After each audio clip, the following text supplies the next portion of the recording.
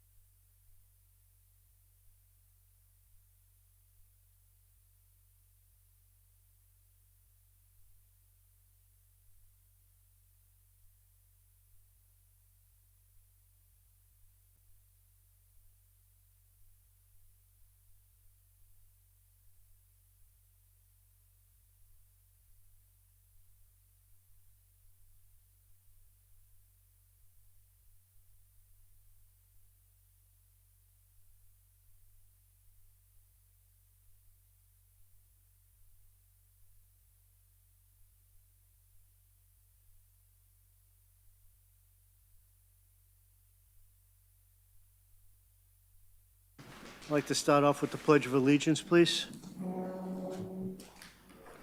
Where is it now? I pledge allegiance to the flag of the United States of America and to the republic for which it stands, one nation, under God, indivisible, liberty and justice for all. Would you please remain standing for a moment of silence? If you'll indulge me, we had a loss, a family member, Robert Jonkus. He was a 1974 graduate of Greater Lawrence Tech. He was the husband of one of our previous administrators, Melinda Jonkus, and he's the father of our current administrator, Lindsay Ganji. If you keep him in your thoughts, please.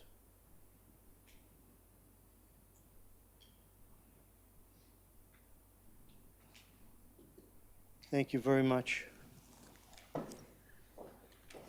Cheryl, can we do the roll call, please? Ms. Ferris? Ms. Disler? Mr. Jones? Mr. Mejia? Present. Mr. Mercedes? Present. Mr. Tarbox? Here. Mr. Hatem? Here.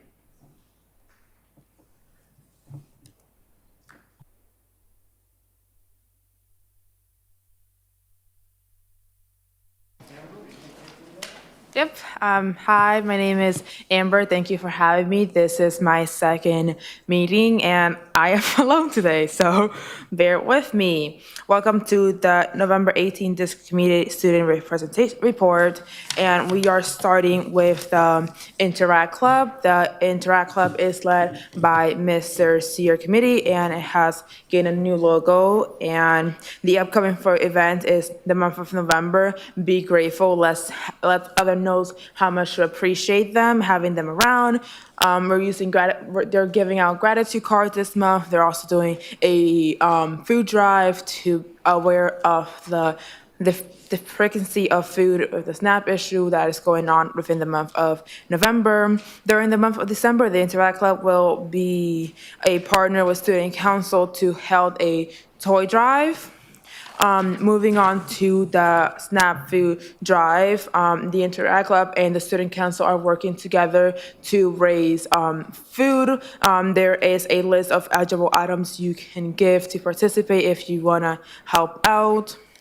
On that note, there's also different assistance. Quorum Center at 191 Salem Street, Lawrence, MA, is a great place to go for a free meal. You during breakfast from 6 a.m. to 8 a.m. and dinner 4:30 to 6:30 p.m. You don't need ID. You don't need any sort of income. Just show up and walk in and enjoy a hot meal. There are some other links for other options too that are able to help with this matter.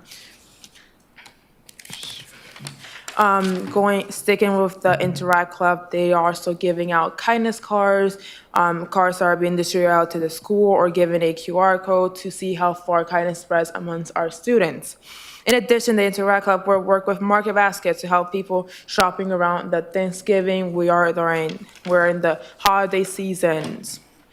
Again, still continuing with the gratitude card. In the spirit of Thanksgiving, the Interact Club will also hand out gratitude card, which is the same thing as kindness cards, except the students will write in them and express the spirit of Thanksgiving. That person that they're grateful will also be added to the Student Council chain of gratitude. Moving on from that, a therapy dog visit. Earlier this week, a teacher, Miss Manuel, brought in her dog, Stanley.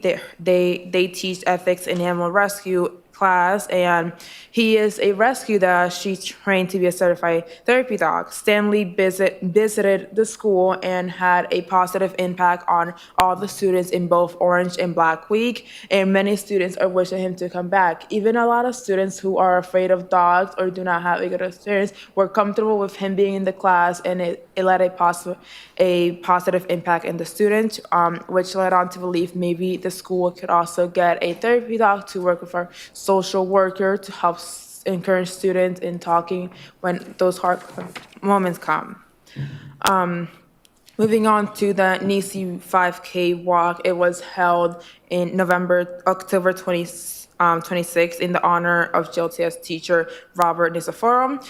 The school had raised $3,000 for a student scholarship. We urge anyone struggling with mental health to seek support and someone who's there for them, just to know someone is there listening for you. Meddling in what the shops have been up to, Cosmetology did a mannequin challenge where the students expressed their creativity by designing and creating a mannequin using anything but hair to create a style. There is a link on the slides where you can click for more pictures. I encourage you to do so. I feel like they are fantastic and shows the creativity of our students.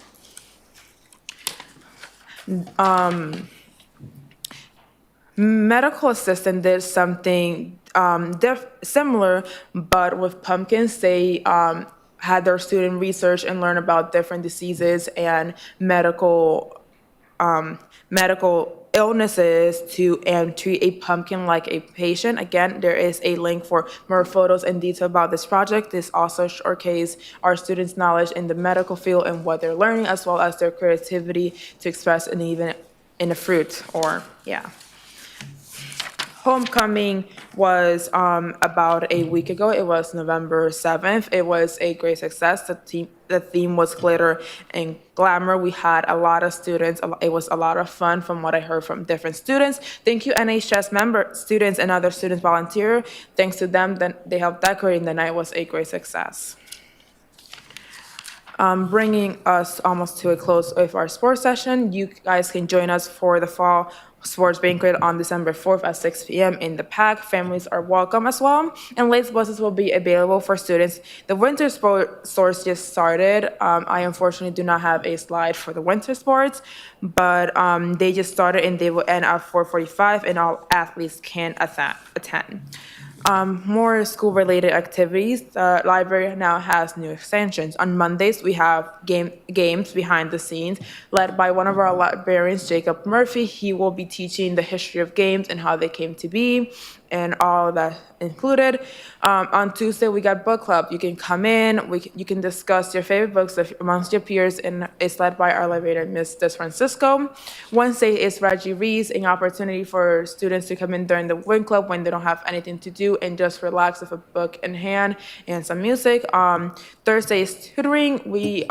As you guys know, we offer tutoring after school both Tuesdays and Thursdays, but there's a lot of students that cannot make it after school, but now it's available during WIN where you can just come in and you'll be helped with homework or assignments during classes. And Fridays is Writer Unites Creative Writing Club.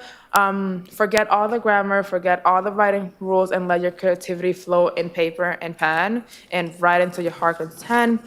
And to close this up with the PSAT scores, the fall PSAT scores came out November 6th. They can be viewed on College Board or Big Future on school app. Students will be notified of the classification and be emailed in the spring. And thank you for listening and have a great Thanksgiving. And I'll see you guys in December. Amber, well done. Thank you very much. Mr. Hayden, I know Yes. the slides weren't up as Amber was going, but everybody, in the spirit of being environmentally conscious, we didn't want to make copies of the slides for everyone, so you use the QR code, and you have access to the slides, and I encourage you to look at the cosmetology and the medical assisting projects that they worked on. They were amazing. There's like great pictures in there and descriptions of the projects, so Thank you. thank you. Please. I just want to commend Amber. That was very well delivered. Thank you. The audio wasn't as nice as we would have liked, but it was very well delivered. I think we really enjoyed it. Thank you. Mom, thank you for bringing her. Thank you for taking the time. Okay. Minutes of October 14th. Can I get a motion to accept them, please? Any discussion? All those in favor? Opposed? Finance report, Mr. Stefano. Cash balance, Jerry? Sure, cash balance report for October. Account balance at the end of September was $4,172,444. We had deposits of almost $4.1 million. A transfer from MMDT of $250,000. You see the payroll and the warrant, AP warrant amounts as shown. Leaves us with the GL balance at the end of October of $4,166,194.01. In our MMDT account, we started off with $8,128,311. We had interest for the month of almost $35,000. We transferred out the $250 to operations. Leaves us with the GL balance of $7,913,228, with a total operating cash balance of $12,079,422. Thank you. Does anybody have any questions for Mr. DeStefano? He has a engagement he has to go to. Thank you, Jerry. Can I get a motion to accept the cash balance? Any discussion? All those in favor? Opposed? Thank you, Mr. DeStefano. Consolidated cash, everybody's got the packet. Revolving fund report, there's a packet on. Does anybody have any questions on that? Budget report, it's in the packet. Everybody's got that. Brings us to budget transfers. Melissa, you'll be handling that? Yep, we have two budget transfers tonight. The first one was to move some funding that we had in instructional equipment accounts to just reallocate that funding to areas of need. And then the second one was just to fix a discrepancy in how we categorize our full-time day custodians and the evening custodians. So this budget transfer just corrects that mistake. Okay, can I get a motion to accept that? Motion to accept. Second, discussion. Discussion? Through you, the construction equipment, how much was the transfer? For the construction equipment? It was from construction equipment to reallocate? The custodian, it was custodian Mejia. salary. No, the first one. Were you talking to the Yeah, mic, yeah, please? the first one. Oh, it's instructional equipment. So, you know how we roll over additional funding at the end of the year? So we had the vocational shops buy equipment at the end of the year.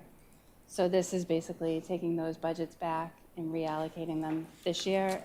And then the next item is to revote our budget this year. Okay. So we'll be reassessing and probably putting some money back into these budgets How much is being reallocated? for this year. Yes. It's on the next. Oh, it's on the next Yep, one? it's Okay. the next Okay, thank item. you. Any further discussion? Call the vote? Oh, no, let's just, all those in favor? Aye. Opposed? Right. Ms. Martell, you're going to handle the FY26 budget rollover. Give us some good news. Yep, so this is just to revote the budget. So last year, we were short of net school spending by $1,716,899. So that was below the 5% threshold, which is allowed by the state. So we have to revote this year's budget and add that money to it. So our new fiscal year 2026 budget will be $56,652,804. And then the backup is on the next page. And this is just a sheet from our end of the year reporting. All set? Can I get a motion to, what's that? Can I get a motion to accept the 26 budget rollover as presented? So moved. Second. Any further discussion? All those in favor? Say aye. Opposed? That's some good news. Donations, I don't see any donations. Articles, we have 3 articles. One is on the State Representative Frank Moran. One is on the Reggie's quarterfinals article in the Tribune. And one was the Reggies were ousted. That's the volleyball match. Also a Tribune article. I don't see any public participation.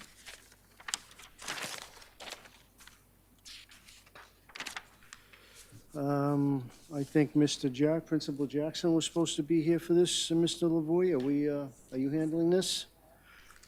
CDP?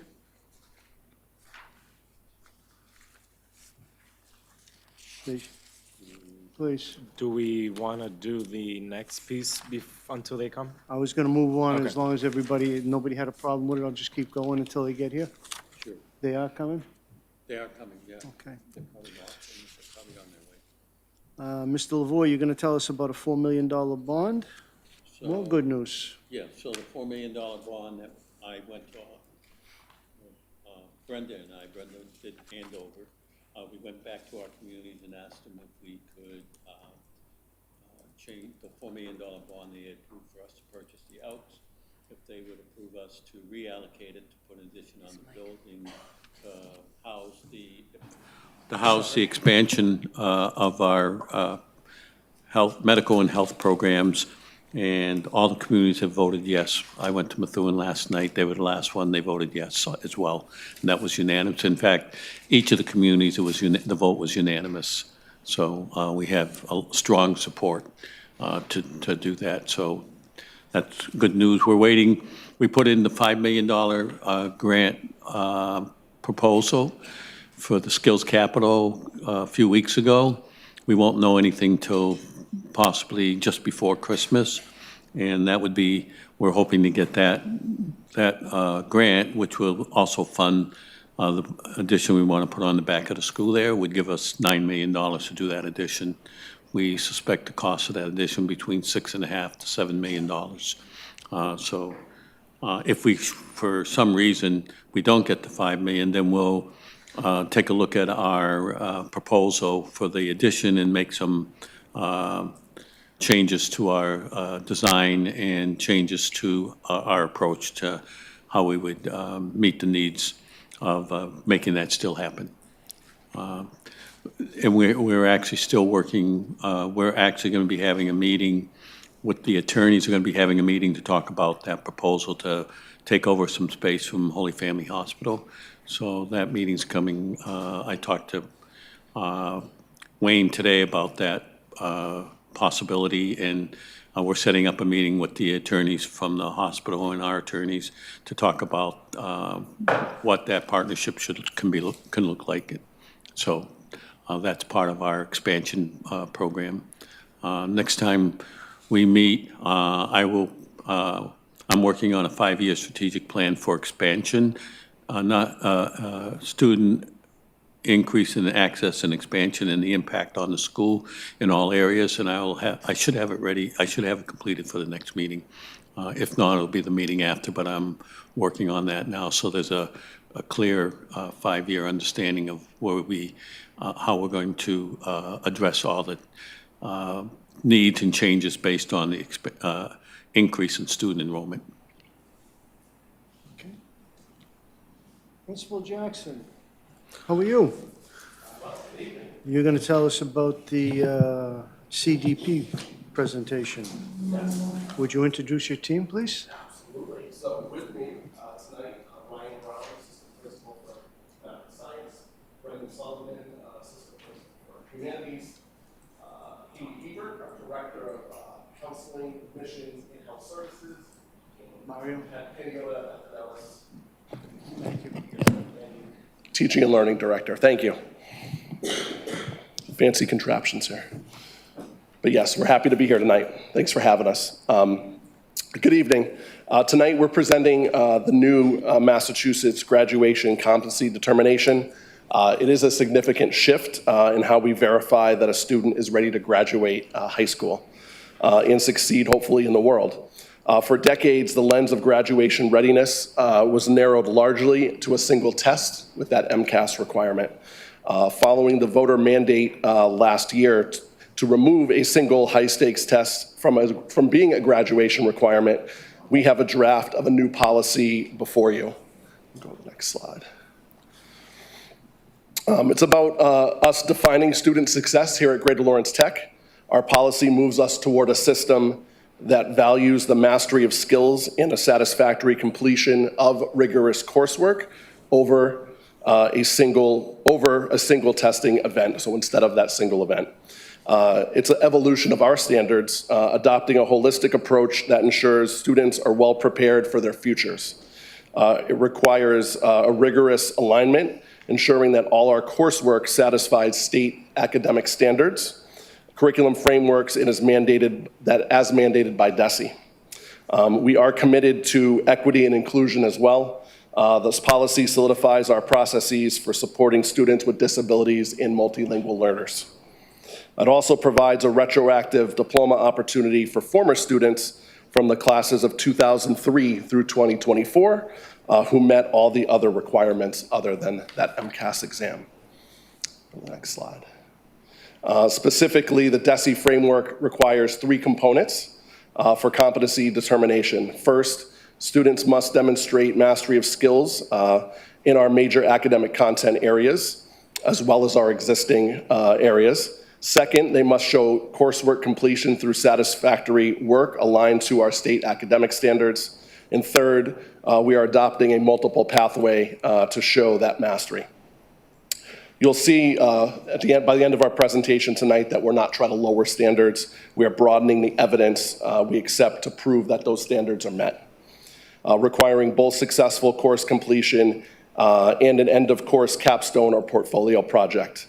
It is important to note that the CD requirement is in addition to our traditional course requirements that we have that includes career and technical education, related theory, and wellness.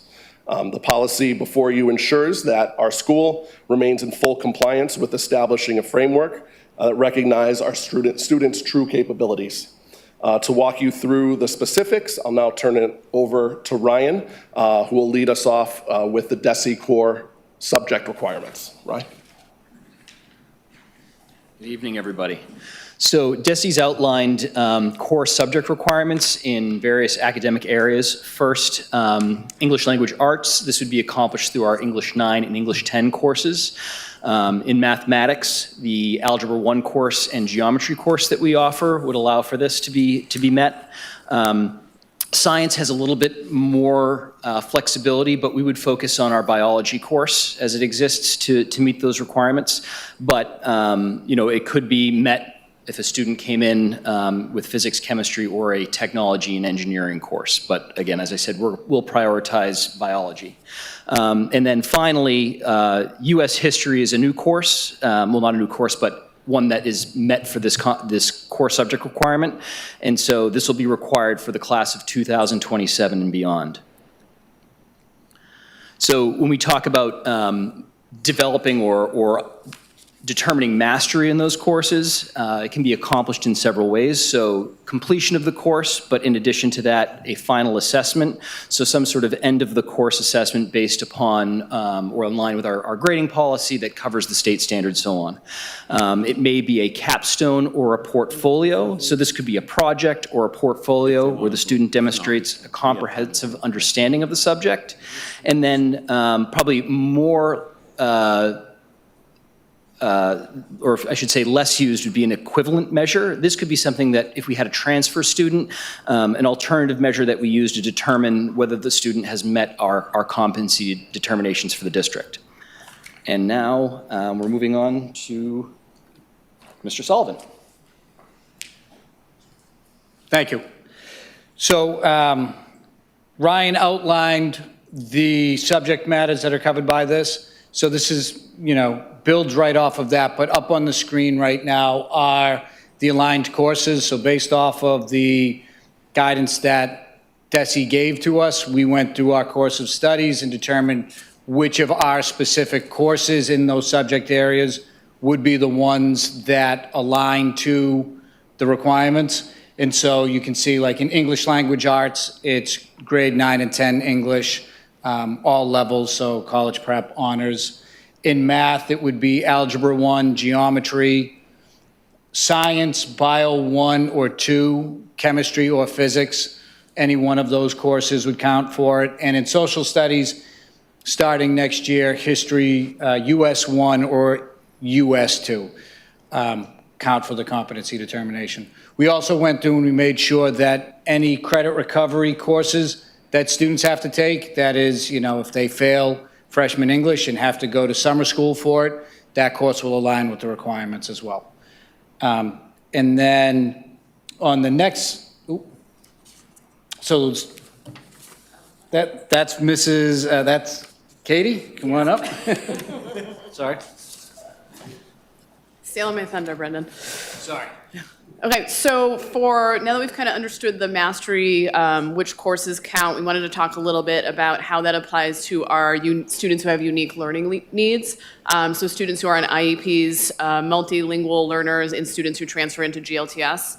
The policy is designed to support fairness and flexibility while maintaining high standards. So for students with disabilities, the IEP team is going to play a central role in determining the most appropriate pathway for meeting the CD requirements. Students will still need to demonstrate competency in the required classes, but through the IEP, we can provide the support and specialized instruction needed to allow students to show mastery in the curriculum. This aligns with the federal law requiring free and appropriate public education to students. The students' CD pathways are aligned with their IEPs to make expectations fair and achievable. For our multilingual learners, course placement will be handled thoughtfully and when needed on a case-by-case basis. Our goal is to balance English language development with academic progress so students can meet the CD requirements without being held back by because they're simply still learning the language.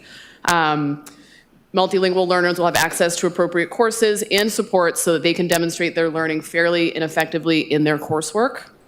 For our students who are transferring in as 10th and 11th graders, we'll complete a full transcript review as soon as they enroll. We'll look at all their previous coursework they've successfully completed and take into consideration if they've already met a CD requirement at their previous school. We do not want students to feel penalized for transferring to GLTS. Our focus is keeping them on track and recognizing the work that they may have already completed as well. What's the next one? Yeah, it's back to yours. Sorry. So just back to the courses, an important timeline note that we've accounted for here. So beginning next year with the class of 2027, they have to meet the U.S. history requirement. Again, either US 1 or US 2 counts for that, so students will be covered in that regard. It's also important to note we have what is the transition rule. So students who qualified for the CD through MCAS prior to January 3rd, 2025, so that would be our senior class who took MCAS when they were sophomores, they don't lose their competency determination after the vote, so they still maintain that. So if they qualified for the CD through MCAS before January 3rd, they maintain that qualification and they don't have to go through any extra steps. All right. Okay. In the case that a student does not meet the CD requirement, there will be an appeals process for students and for families. A student or a parent can request an appeal, and the request will go directly to our school administration. The principal will review all of the relevant information, taking into consideration the coursework, assessments, our district policies, and documentation. The principal will determine whether the student meets the CD requirements in another valid way. To ensure fairness and timely communication, the administrator also will issue a written decision within 5 school days of the appeal. The appeals process is a built-in safeguard that ensures transparency for families, consistency, and support for all of our students and families.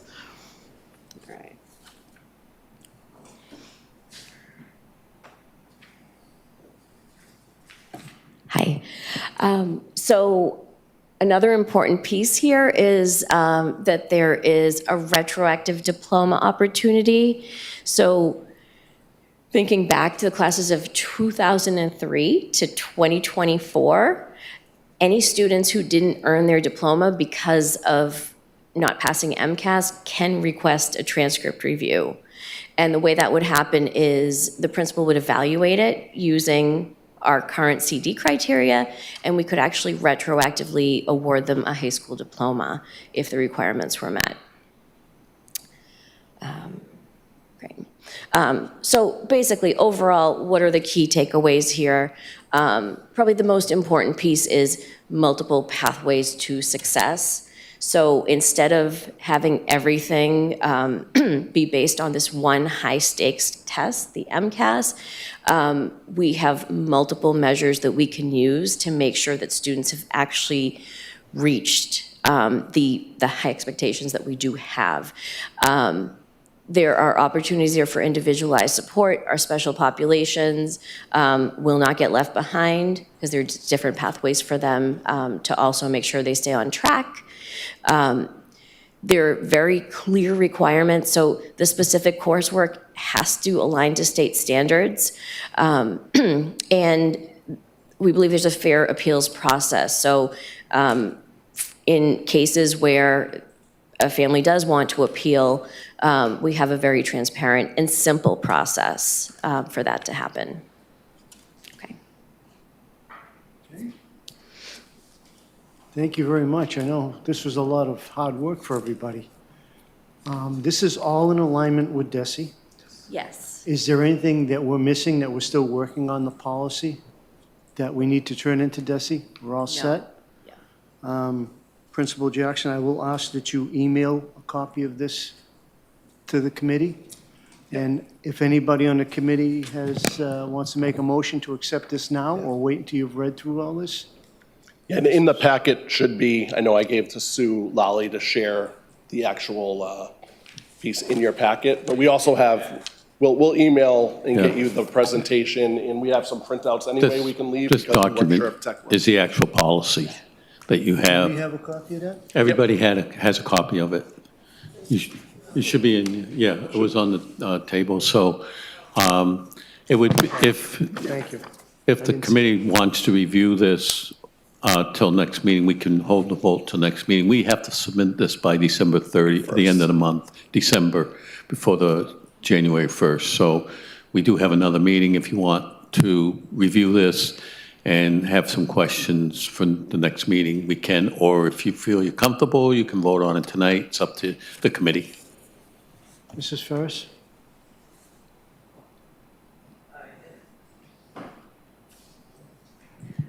At the risk of appearing ignorant, am I to assume, or did I hear, or is this what you're saying, that only 2 years of high school English language arts is necessary for competency? So for that particular component for the CD, yes. They still have to, we have our own course requirements for the school, which requires passing all 4 years of the course. But the way the DESE aligns the policy is the minimum requirement is 2 years for ELA in math and the 1 year for science and social study, in US history or social studies. Yeah. And what component takes precedent, the high school or DESE's? No, it all has to happen. So so we have to have So we have melted down to 2 years of language arts? No, I'm gonna be upset about this. It's not 2 years. You have the 4 years that everyone has to do, but remember in the past, there was one test sophomore year that students had to pass for ELA. So in lieu of that test, the test is no more. We still have all our other requirements, so then for 2 years, we now have to then look at those 3 options, those multiple pathways where it was an end of course assessment, a capstone or portfolio project. In addition to passing the course, we have to produce some more additional evidence. So it's just the state took away with that vote, no longer having that one test in ELA, math, and science. So that's you still have to go through and commit your whole program of studies, which we have approved each year. So you have to, all schools will be putting forth stuff that you have to pass your 4 years of those things that you've always had to pass. Yeah, so there's two standards. They have to, this just gets them competency determination policy as required by DSE, but then we also have Greater Lawrence Technical Schools requirements, which has always been the case in order to graduate. So our program of studies where they need 4 years of English still is required. No, I mean, don't get me wrong. I mean, Yeah. you're doing what you have to do to be aligned with the state. Sure. I mean, I have no problems with that because, I mean, I understand what you're saying. Yeah, okay.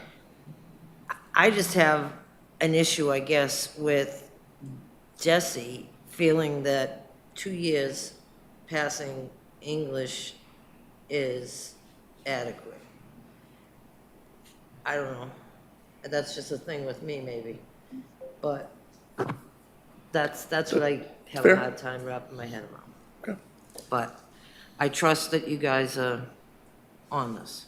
Yeah, we've gone through and we've collaborated with other schools that are also, all the schools are putting together their requirements and presenting them to their committees in these probably last month to this month and next month as well. And DESE had put forth their guidance and slides and requirements that we're kind of basing ours off to. So we're following the recommended. Right, they made such a big deal about this test, big deal about the test, and then they watered it down to like, okay, past 2 years. So, you know, after my sophomore year, I'm ready to, you know, I guess it means the same thing, but it just seems as though they put an awful lot of weight on this test, and they just watered it down to 2 years. I mean, and I don't know. I can't figure them out anyway, so. I'm not going to speak for DESE, so. I said I'm not going to speak for DESE. Yeah. I have a hard time with them. Mrs. Ferris, all set? I'm all set. Vice Chair? I got a few questions. Maybe some of them are longer. But actually related to what Ms. Ferris was sharing. So what courses outside of what's listed there are being taken? So you mentioned like the program of studies. Yeah. So what are the courses that are ELA related in the program of studies that are not within the 2 years? Yeah, and If that makes sense. Here, I'll let Brendan go. He's the humanist. Yeah, for us, our English courses are 9, 10, grades 9, 10, 11, 12, and then also in 12th grade, students have the option for the dual enrollment course with Middlesex College. So all students are required to take the 9 and 10, and those count. In the past, when, like when we have, say, an X block class, those wouldn't count towards the competency determination. It's just these core academic classes. So we don't have, like a lot of electives that would, students would try and take. So since we don't have that, it's the courses all students are required to take. Okay, and so when you say 2 years of ELA, Yes. Like let's say it's 9 and 10th grade, how Yes. about the remaining 2 years? Are there just different classes or? 11th Yeah? to 12th, yeah, Okay. they're still required to pass 11th and 12th grade English to earn a diploma from us. These are the DESE aligned, I think, these courses this way because the 9th and the 10th grade English align with what was tested on the MCAS exam. Students would take that at the end of 10th grade. And so it covered the standards from grades 9 and 10.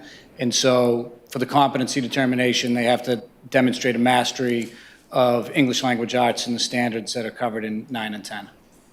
And then does that apply to, like, for instance, the U.S. history? Yes. Related to social studies? Yep. Is U.S. history the only course that would be determined by this, or are there other classes that students are taking outside of U.S. history?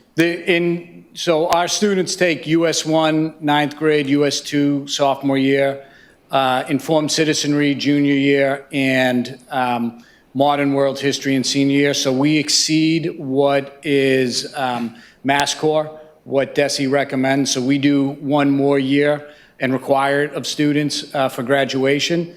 So we do require in excess of what DESE asks for students to do, which I think is the right thing. but our US1 and US2, they would both qualify, but DESE only requires 1 year of social studies, but all of our students would take 2. They would take US1 and US2, and passing those courses is required for graduation. So if a student doesn't pass US History 1 and 2, and they suddenly meet the requirements for 11th and 12th grade, they wouldn't meet the... They wouldn't meet either, if they don't pass US1 and US2, they wouldn't meet the requirements of either the competency determination or our graduation requirements. So they have to pass those courses to get a diploma. Okay. And then does that apply for the retroactive diplomas? I mean, I'm not sure Yeah. how long they've been teaching US history, 9th and 10th grade, Yeah. since 2003. Yeah. But like, what would be the sort of the supplement for that? If it's Yeah, so, no, I can't speak to what the sequence would have been in in 2003. There was a shift in the frameworks in history in 2018, so there may have been a recalibration. But I would imagine, and that's where the review would come into play, you would look at the person's transcript, and I would imagine that there probably was at that time the equivalent of US history. It may have been a 1-year course. It may have at that time been split into 2 years.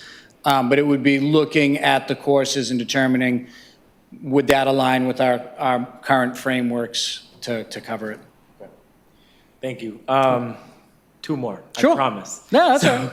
The other one is related to like students passing. Yes. So to meet the competency determination, is that like a student has to pass with ABC, or is that a passing grade as in like, okay, you get a 60%, you passed? So in the CD, there's a couple parts to that. So they have to achieve a passing grade for the classes determined by the handbook and the committee. So they have to achieve that passing grade, and they have to complete that. It's either an end of course assessment or a capstone project. They have to do that as well to achieve the CD. And so those classes will have those designated pieces in there that they have to. What's the passing grade right now? I Passing don't have it grade on top is of my head. 60. 60. Yeah. Okay. All right. All right. I think I'm all set. Maybe this question is more for you. Sure. The students with disabilities, does that include students that have, what is it called? That are special education and have 504 plans, or only IEPs? It would be. Kate, please come to the mic. Yeah. So, ask your question again. So the students with disabilities would include students that are in special education program. 504, special 504, ed, all yep, that, okay. yes, absolutely, yep. That is it. Thank you. Discussion? Yeah.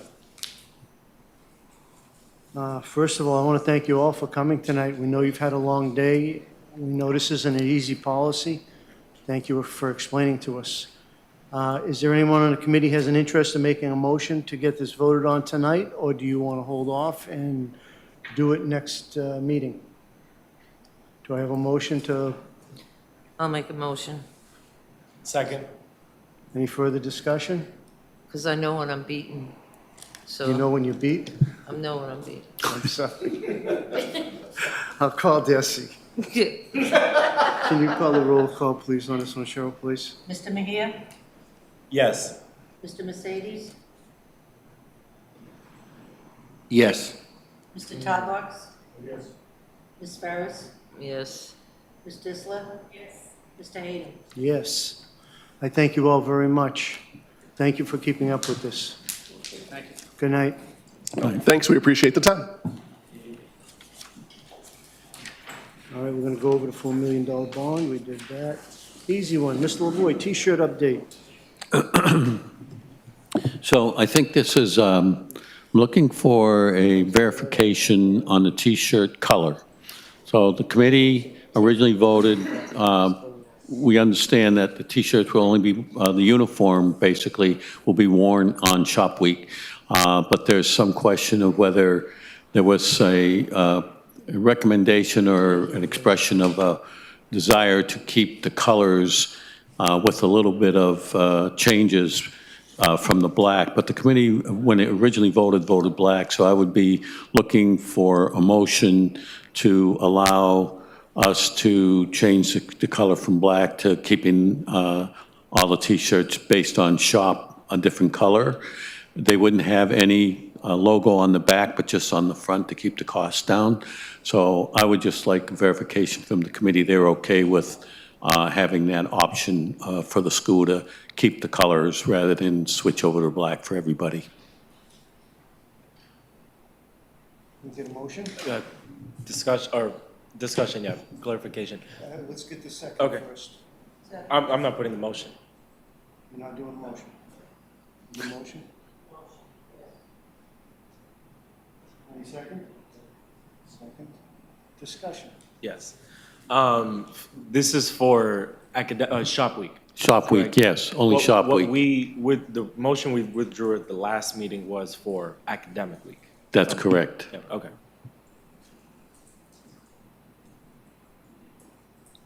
Any further questions? Mrs. Ferris? Sorry. Mr. Lavoy, could you just give me the Sparks Notes version of what you just said about the shops? I think my mind was still on If you were to say yes to this motion, you would be voting to allow the shops to maintain the colors they have now for their T-shirt, as opposed to switching over everybody having black.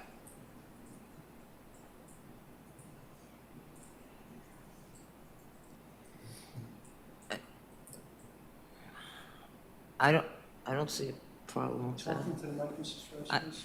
I don't see a problem with that. I don't even know why it was thought to be changed.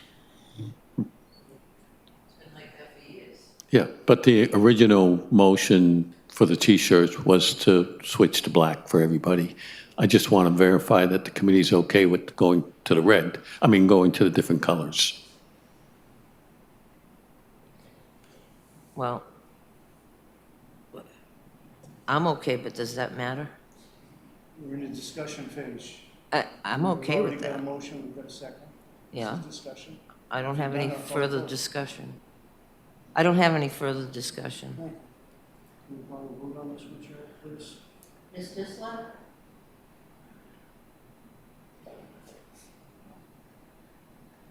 Mr. Mejia? Yes. Mr. Mercedes? You know, This is a vote, this is a discussion. then no. Mr. Tarbox? Yes. Ms. Ferris? Yes. Mr. Hayden? Yes.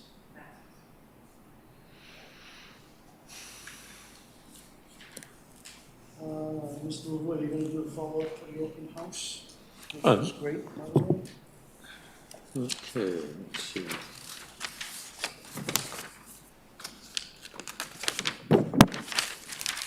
So, first of all, an open house was well-attended.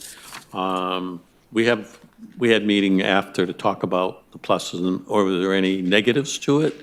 I don't think we really came up, but the only real difficulty was getting everybody in. It's a super long line in the back, so we are going to try to address that at the next meeting. But other than that, it was very positive. We had a lot of very positive comments from parents. Brenda did 3 sessions of explaining the new admissions policy, which is the lottery. And there were a lot of disappointed parents, actually, that commented about it, feeling like, they preferred to have the point system so that students could work towards having the opportunity to get in by making real effort. So I think the consensus from mostly of the people that I heard, even in the hallways and stuff, that was one of the real important things to people.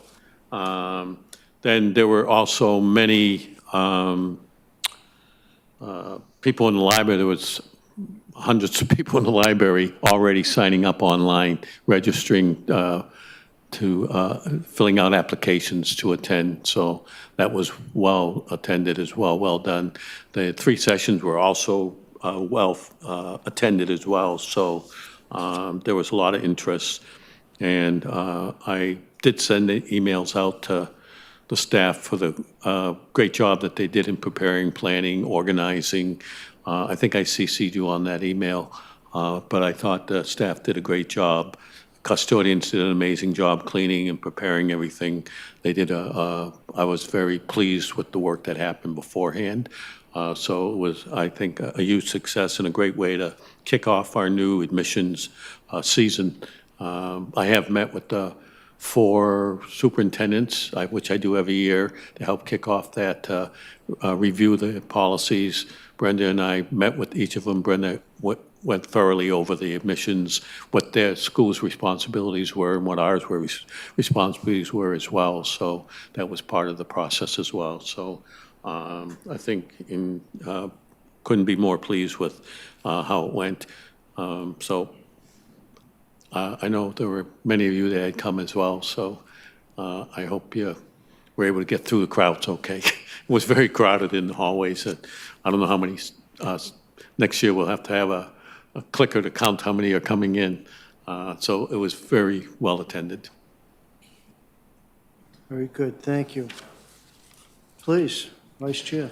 I was not able to make it to the open house, but not sure if it's appropriate time to mention, but you spoke a little bit about what the reaction of parents about the lottery admissions. I know that a few meetings ago, I put up a vote to send a letter to the state talking about, us not Yes. being in the affirmative of this change. I'm wondering if it's appropriate, if we have some of those stories or comments that parents have shared directly, that Yes. they don't like this system, or the lottery system, we can put it together into a letter again Yes. and send it to the state delegation, asking them to continue Reconsider. pushing to reconsider it. In the future. If you have parents that have directly shared that they Yeah. don't agree with it. Yeah, absolutely. As we go through this process, maybe we'll solicit some comments from parents who are willing to share their name and everything.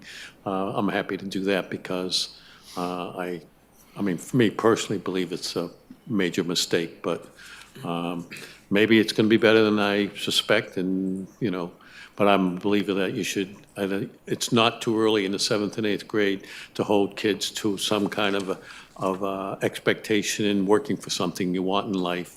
And I think we miss the boat when we don't do that for young people. So, Yeah, thank you. welcome. Any further questions? Mr. Superintendent, Clean Energy Center with more good news. So the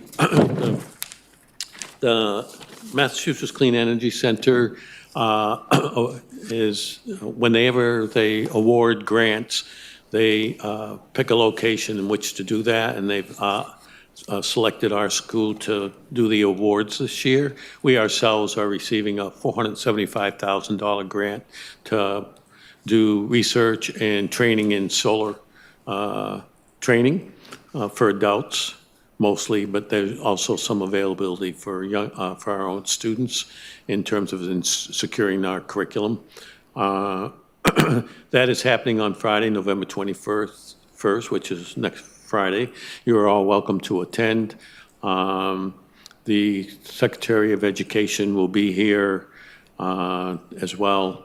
We are setting up, it'll happen in the library. It's a big deal for us. It's having the opportunity to give tours of our own work that we've done with the grants that we've received from the Clean Energy Center over the years, which we've received a lot of grants from them.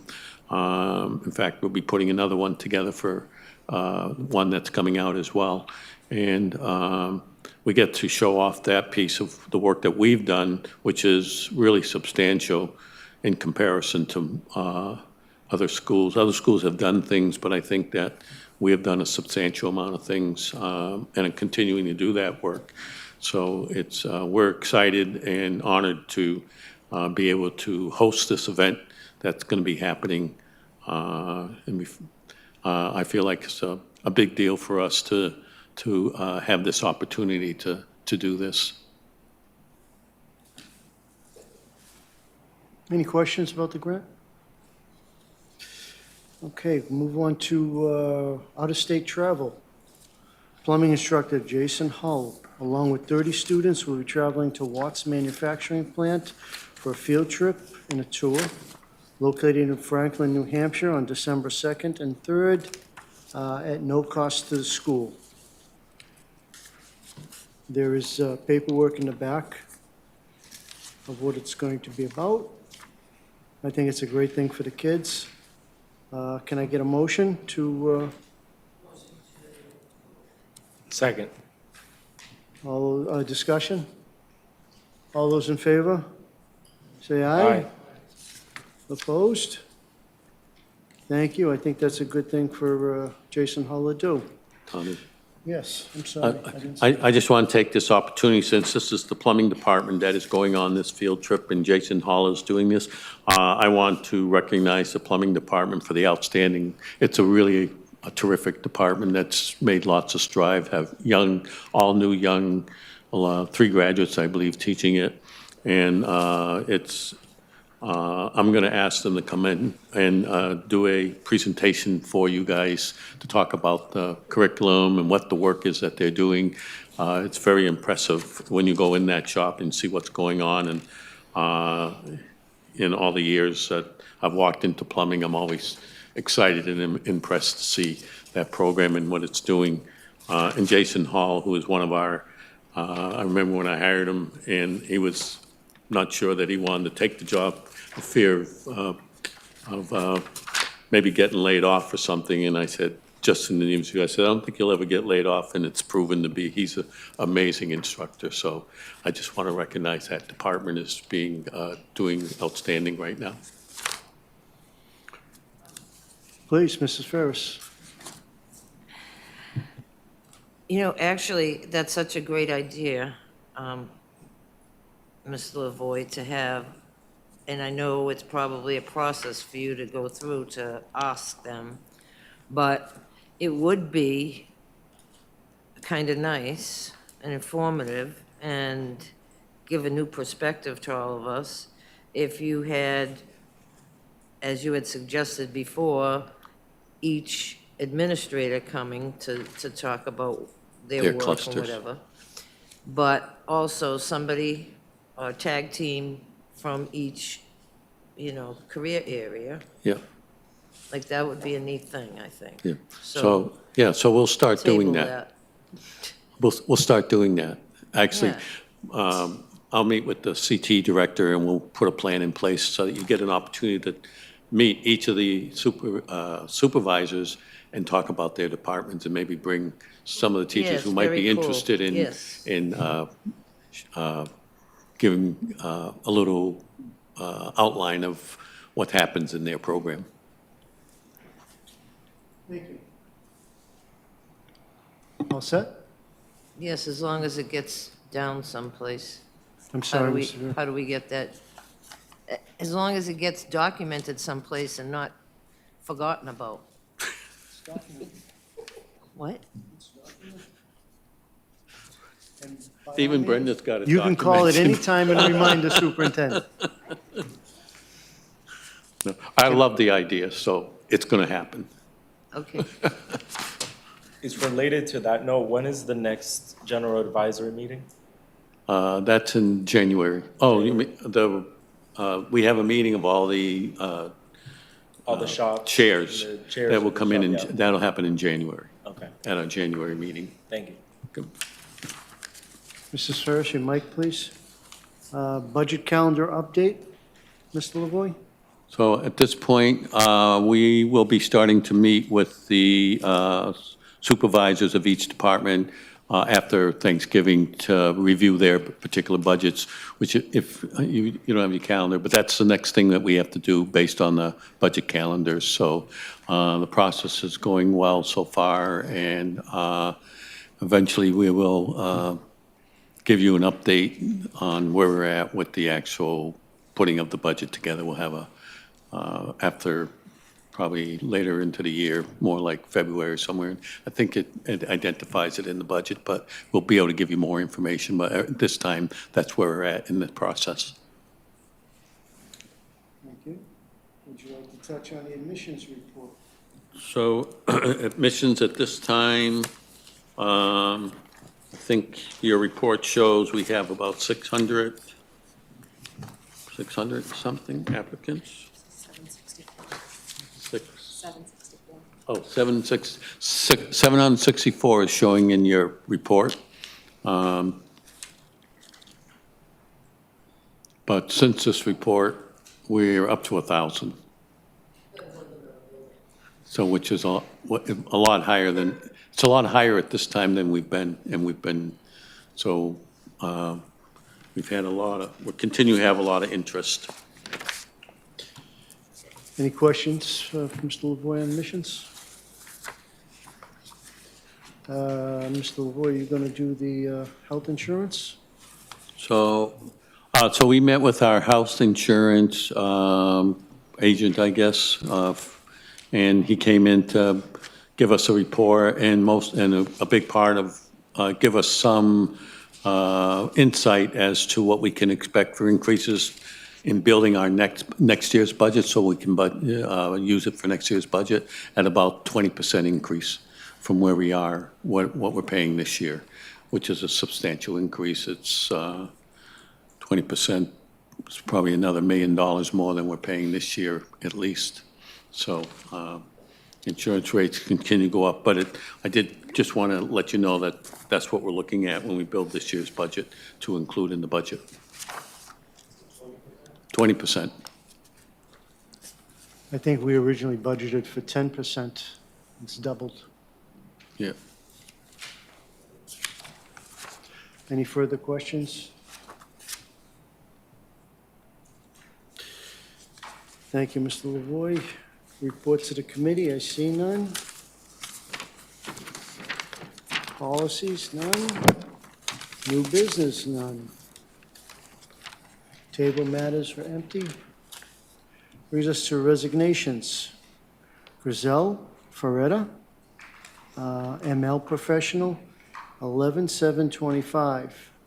Maritza Simichuchi, math instructor, 10/29/25. Ricky Santana, HVAC instructor, 10/16/25. Leaves of absences, none. Retirements, none. Appointments, Edmund Monetti, student liaison, school security, 10/14/25. Nicole Mahoney, mathematics instructor, 10/14/25. Kevin Christensen, special education paraprofessional, 10/14/25. We have 4 job postings. I'll do a vote on each one of them individually. American Red Cross Club Advisor per Local 1707 contract. 2 advisors to share the position and stipend. It's a new position, it's a new club. CD attached. Can I have a motion on that one, please?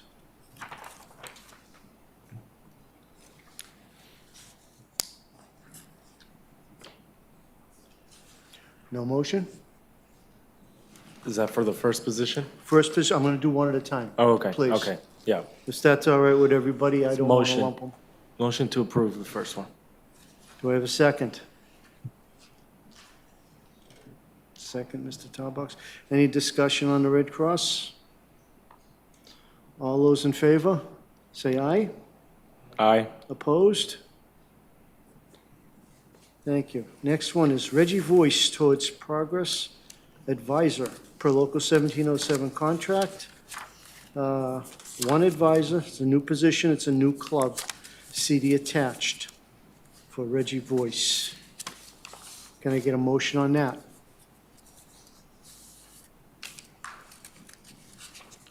Motion to, Any discussion on the Voice? All those in favor, say aye. Opposed? Enrollment Specialist per clerical contract or outside $41 an hour. Funding source, 423 grant, 3 to 6 p.m. on Monday, Wednesday, and Friday, and 3 to 7 p.m. on Tuesdays and Thursdays during the months prior to the adult training start date. See the attached. Can I get a motion for the enrollment specialist?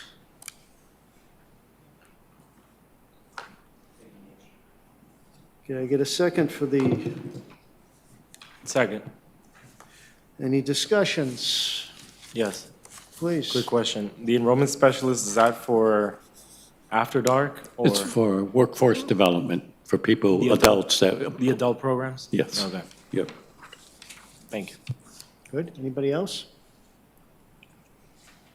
All those in favor? Aye. Opposed? Next one, new administrator mentor, up to 40 hours, stipend position, $2,800, responsibility to provide one-on-one guidance in areas such as an education evaluation, scheduling, program advisory, coordination, and overall leadership practices. This will also include observation debriefs, document review, and coaching sessions outside of normal workdays to ensure a successful transition and capacity building within the administrative team. Mr. Lavoy, I'm going to look for you for a little bit of, Yes, so we have. clarification, I'm Yes, so sorry. for years, we've been talking about when we hire a brand-new administrator who's never done any, who's never been an administrator, but might have come up from the teaching ranks or some other profession that we hire, that they come in and they take some, we need someone to help guide them through all the different responsibilities that first year. So what we'd like to do is have them hire a mentor. So we have one brand-new, well, we have two new administrators. So we're looking for, for one of them to, at this time, for one to Coach? to coach our new CTE coordinator, who's never been an administrator before. And they'll handle both of them? They'll handle the one that they have the expertise to work with, and the other one is a guidance person, so Brenda and Chet are working with her during school hours, because Brenda has that expertise, and she's a higher level administrator, so we would not pay her for that. And this will be the same person? This Alice, this person, whoever we No, the hired. same administrator Yeah, will do both people. no, only do the one CTE one. And then the new guidance director will be mentored by Brenda and Chet. But they're gonna do it, but they can't be paid extra for that because they're part of an administrative team. Any questions, Mrs. Ferris? This can be one of the other administrators because they have it in their contract now that they can do this kind of work and get paid if it's after hours. I want to give you a heads up. Excuse me, with all due respect, who's mentoring them? I mean, I. No one's mentoring them because I they're gotta be honest with you. experienced administrators. This is a brand-new, this is to mentor a brand-new administrator who's never worked as an administrator before. Well, that begs the question, then, how did they get hired if they had no experience? Because they no were the best qualified. certification? They didn't have a certification, they didn't have experience, and they're, trial and error on the job with potential, that's great. But I think that, as I said before, in certain areas, we don't need neophytes, we need people that are seasoned. And I cannot, for the life of me, think that we couldn't find seasoned people. Kids are dying to get in here. I am positive professionals are too. So And we went through. as for this, I have been so agreeable and amenable and gracious this evening. I hate to We all break appreciate that. that. Mrs. I hate to break that streak, but this is a big no for me. Okay. I Yeah. don't think it's necessary, and if it is, then you have administrators that or people take them under their wing. The people that thought that they were good enough to hire, take them under their wing. I mean, this is throwing money away. This is saying, you do this, you chit-chat for a while. I don't see it. I don't see it. Sorry. Okay. Vice Chair? So are we intentionally hiring administrators that haven't had administrative experience? Correct. Well, we're hiring the best candidate. A lot of the coordinators, even the ones we have now, start off coming right out of the teaching ranks. That's not unusual. That's, rarely do you get a seasoned person at the kind of basically what I call middle manager level that comes from another school. Typically, they come from, I'm not saying I don't even know if we had any So applicants from my that. question, so my question more is, so they're hired, But they have the qualifications and the Yeah, yeah. credentials Okay, so- to become that next level, from a teacher's level to an administrative level. okay, so I'll put the scenario. So someone has a master's in education, leadership, whatever it is, but they come in without the state certification. In some cases, some come in without the state certification, but they need Yeah. a pathway to work through it. So while, let's say we hire bel- someone without the administrator's license, Yeah, I while believe they have the license. during their time here, I might be wrong, but, yeah. you're saying all of the admin have their licenses? Yes. I believe they all have their their So- administrative license. So they all have. I mean, their- I'd have to go back and check each one. Okay. I'm pretty sure that the administrators all have their license to be an administrator. So- I'm not, except for one. Okay. That that's Which is a new working on hire. it. Except Which is for a new one hire. that's working Okay. on it, that I'm aware So, of. okay, so they have their administrator's license, but they need to be mentored to be administrators. Is that what I'm Absolutely, understanding? it's a new job. So how do they get The their first year I license? became an administrator, I had an enormous amount to learn. I was a teacher, and then all of a sudden, I walked into my first classroom to evaluate, and I walked out and said, what the heck am I doing? I have no clue what I'm doing here. I need some help. You know what I'm saying? That was my first job. I had the license, I was qualified, and, I had a ton to learn. There was this. Why would we do this? We would do this because we want to get our new administrators up to speed. We want them to do a good job that first year, and they can learn a lot from people who've done the job. And so that's why we're hiring a mentor, to help them get through that first year and help them, guide them through the change, like just doing evaluations themselves, having a peer that works with them on doing evaluation. I mean, there's so many things that's new to them that they've never done before. So it's an important, that person that's going to be mentoring, the whole process to me is important if we value the expectations we have for administrators and know that you just don't learn everything Yeah, overnight. so maybe, I have a two-part question. So the first thing is, in the administrator's licensing process. Yes. In your view, how is that process? Like, actually, is it like an exam that you have to take? To get the Or does license? it- Okay, Well, you have to do coursework. okay. So Yeah, you I do the mean, you have the coursework. MTEL just to be a teacher, so you Yeah. have that. So you don't have to take the MTEL again. So what you're doing is you're taking coursework.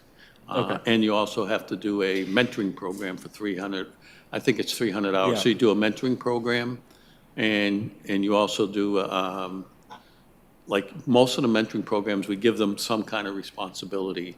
So if someone wants to become a guidance counselor, they have to do a mentoring program. Well, our guidance counselor's going through that now.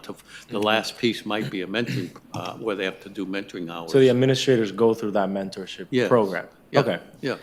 okay, that makes Yeah. sense. So someone's assigned to them to work with them, and that's all done by the state. They have to fill out Yeah. the application, they have to send it into the state, get approval, all of that. So, and they also have to have the appropriate degree and take the appropriate Mm-hmm. coursework. So for the last, let's just say, 5 years, Yeah. I'm assuming there are administrators that have come in that have never been administrators. In the last 5 years that we have Or now. in generally, folks have come in, they've never been administrators. Oh, yeah, you have that. Yeah. You have that. Okay, That so- happens all the time. What has been done? We never, In the that's why we believe it's a plus. We've never had mentors before, but that doesn't mean it's But not you a good have, idea. you have good administrators. Yeah, but here's the Yes? thing. Okay. No, I'm just In assuming. education, we never had mentors for teachers either, and then we realized, oh, we have people coming off the street or brand-new teachers, having a mentor makes that first year easier for them. People quit after the first year because it's challenging and they have a hard time, but with a mentor, it makes the job so much easier. So we decided, we should have mentoring. The state says we have to have a mentor. That's part of the induction program. Well, how's it any different for an administrator who has never been an administrator to come in and all of a sudden be administrator? I mean, they have some sense of, like, they've been evaluated, they know what the evaluation's all about, but they've never done it themselves. They've done a lot of the things as a teacher that have prepared them, to be administrators. And when we look at hiring an administrator, we look at, well, what was the quality of that when they were teachers? So, I mean, if we had a person apply and all we had was problems with them as a teacher, or we didn't think they were a high-quality teacher, or at the level educator that we would want to see them become administrator, we wouldn't hire them. You know what I'm saying? But there's still so much to learn. So the in teachers education. do the teachers have mentors right now? Yes, In new their teachers first, in do. their first year? Oh, absolutely. Okay. Yep. So with the administrators, you indicated that there are administrators that have left within the year. Have we had any administrators leave within the year that left, not, that actually willingly resigned? Well, we had one that, I'm trying to think who was. Well, we let Like administrators. willingly left, not that we terminated or anything, but willingly left because. Not that I can think of. Okay. We've let some go over the year, we've let administrators go because they didn't meet the standard that we wanted. Maybe if So- they had a mentor, they might have. Maybe they would have been better and wouldn't have struggled as much. But how many times has that happened? Oh, that's happened Only one, once? two, no, it's happened more than Once? once. Okay. One, two, I know two, right off the top of my head, I know there's three, I know another one, three. We've had three, another one, four. Over the last 5, 6 years, we've had, or maybe 8 years, we've had 4 that we've let go. Okay. Administrators That you've let go. that we've but let go. Not willingly. That we didn't renew. Yeah, we didn't renew their tenure. They didn't willingly leave. They were thrown out. That's right. Yeah, okay. So, Harsh word, but. terminate, whatever you want to call it. They were not renewed. So, not Yeah. renewed, okay. So, I would assume that the culture of your administrators is to work together? Oh, And yes. even when They do. a new They work person comes together. on? Yeah. So, I don't know, I'm undecided on this one because, I mean, you've come to the meeting saying that your administrators have worked very well together. They do. You have new administrators that are working very well together. Yep, that's And I've absolutely seen some true. of the work of the new ones and I haven't seen a problem. Okay. Now, unless you came to us saying that there's a problem with such administrators that aren't starting up too well, that need some extra coaching, then I might have a different perspective. Well, you can be an administrator, just like a teacher. You can be an administrator for 5 years, doesn't mean you know everything, and someone can help you become. So as a team, we do, walkthroughs with 2 or 3 people together to help hone their skills and see if they're seeing the same thing and to improve the quality of the observations and evaluations. So it's always a learning curve. But if you have a mentor, they can help the process, help them get over the hump and manage the job. Now, all of a sudden, managing that new position can be very stressful and can have a lot on your plate. And so having that person can help you understand how to manage your workload, how to set your priorities, how to do the different softwares that we use as an administrator in terms of just the observation piece of it. It's helpful. For $2,800, it's money well spent. In my estimation, it's money very well spent if it helps the quality of that new administrator become better sooner. And their feedback to teachers will be better if they have a mentor. And that's a positive thing. To me, it's a very positive thing. But. I'm all set. Thank you. All set? I'm all set. I don't agree with this. I just think it's a, take the $2,800 and put it toward the kids.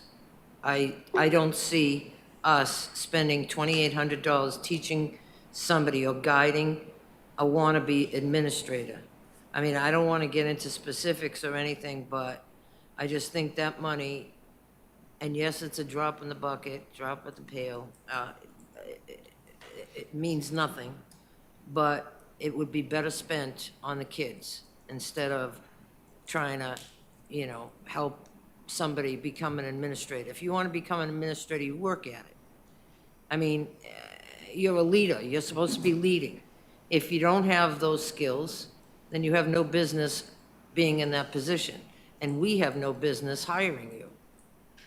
And since it's happened, then I, again, am going to say, the team or the people or person that hired the person should take responsibility. And I'm sure that there are good qualities at the heart of that individual or individuals to get hired. So you don't need somebody to pay somebody $2,800 to bring those qualities out. I just think, you know what? You have a team that works together, then that team adopts that new person. So just, can I speak?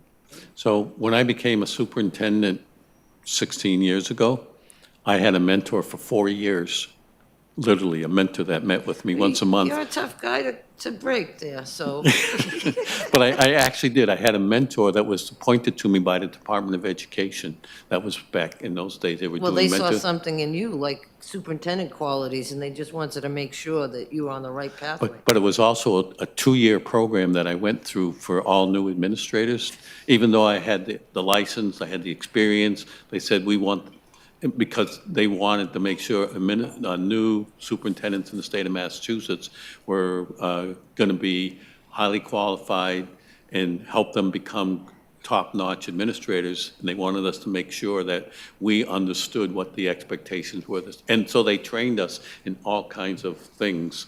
I'm just saying, and that may, love sparring with it you, had I a really big do. impact on my success. I think it helped me a lot in my success when I first started, I'm sure it And I spent so much time just on teaching and learning those first 4 years.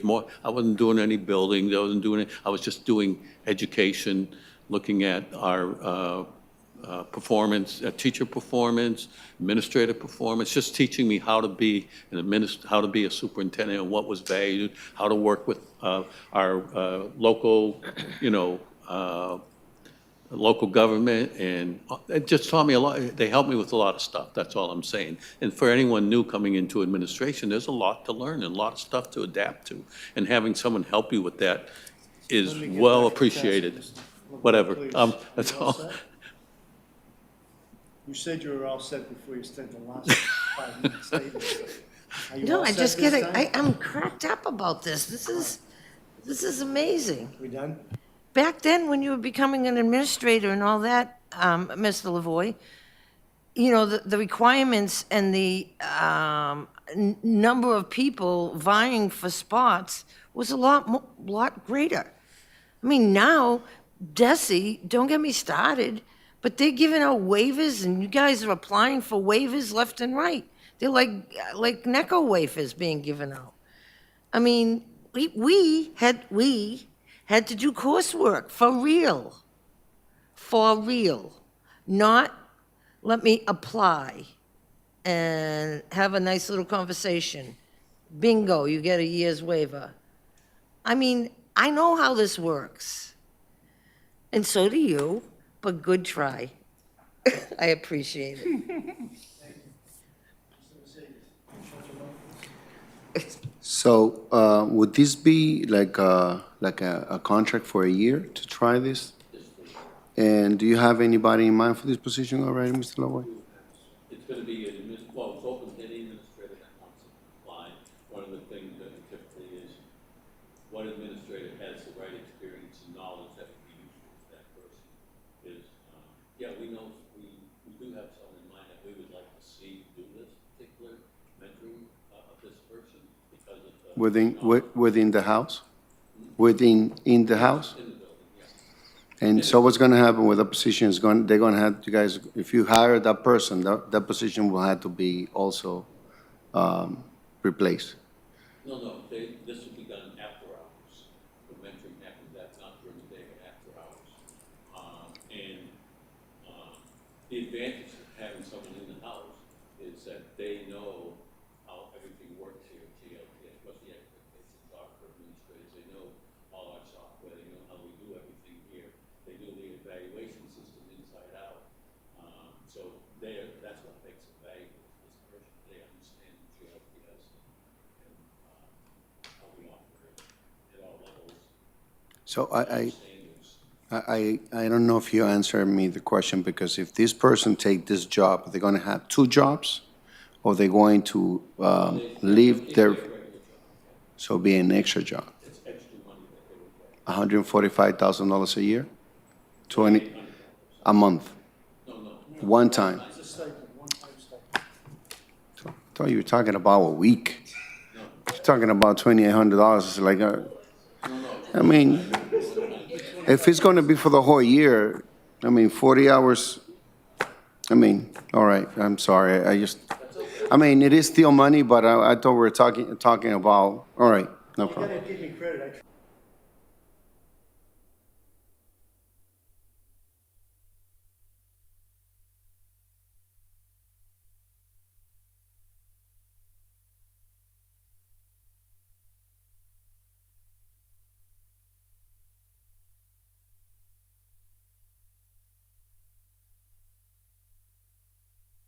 $2,800.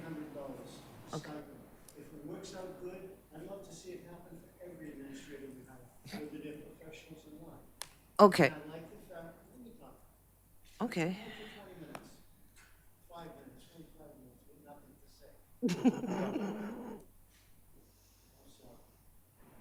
I think this is money well spent to bring an in-house person up to speed faster. I can't see, this isn't a $125,000 job, like you said, it's a $2,800, and it's, what, 10 hours a month, 4 months, we're done? I don't see any problem with this. I don't understand why we're spending so much time on this. And again, if it worked out this time, even if we just tried it, if it worked, I'd like to do it for every one of them.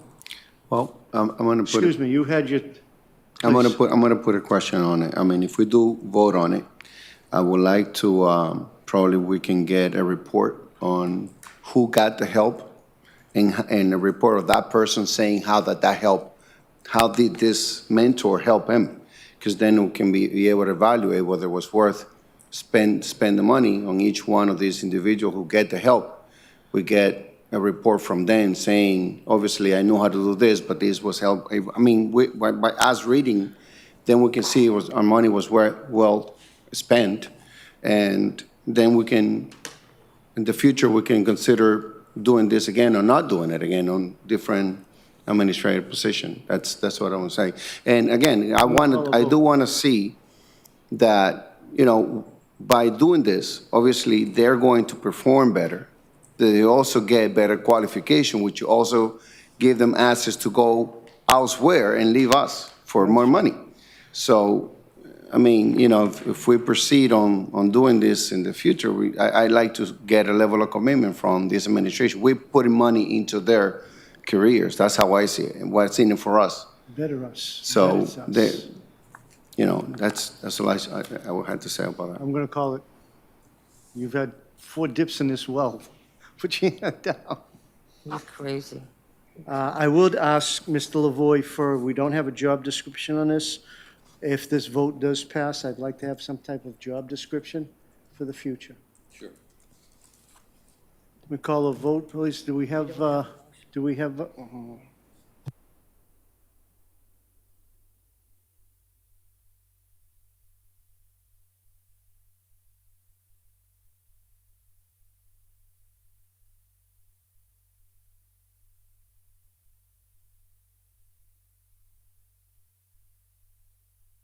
Well, I'll give you the second if I'm gonna get the report. If I'm getting the report on this, well, okay, then, let's do it then. All right, no problem. Afterwards, so if we do this in the future. So he has to put it. Yes, I'll give you the second. Let's call a vote, Cheryl, please. Mr. Mejia? I'm not asking for any more discussion on this. Abstain. Mr. Mercedes? Yes. Mr.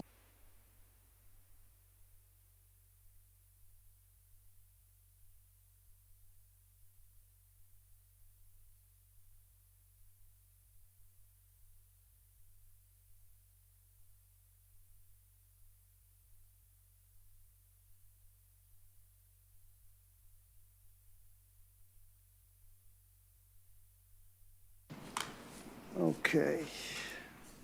At this time, can I get a motion to enter into executive session? Get a second? Any further discussions? All those in favor, say aye, please. Opposed? Mario, we're going into executive session. You can shut this. Thank you.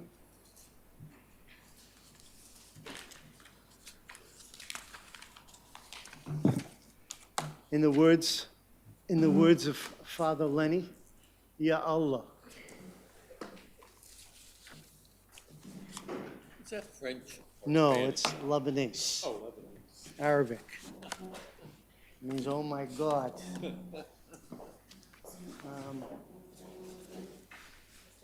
Yes. Can you what?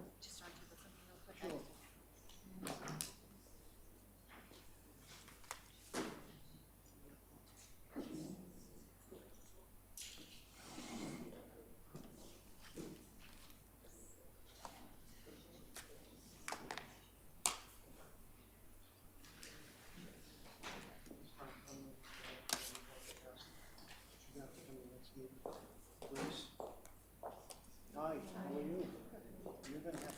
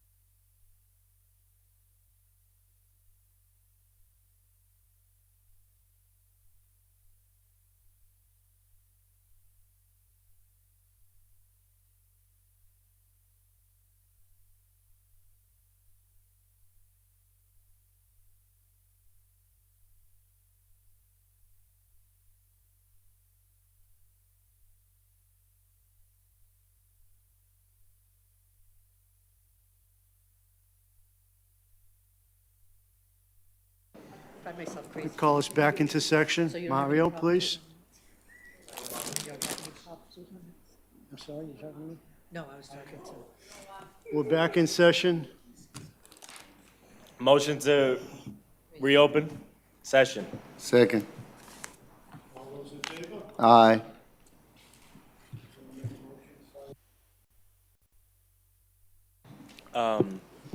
Motion to accept the superintendent's letter.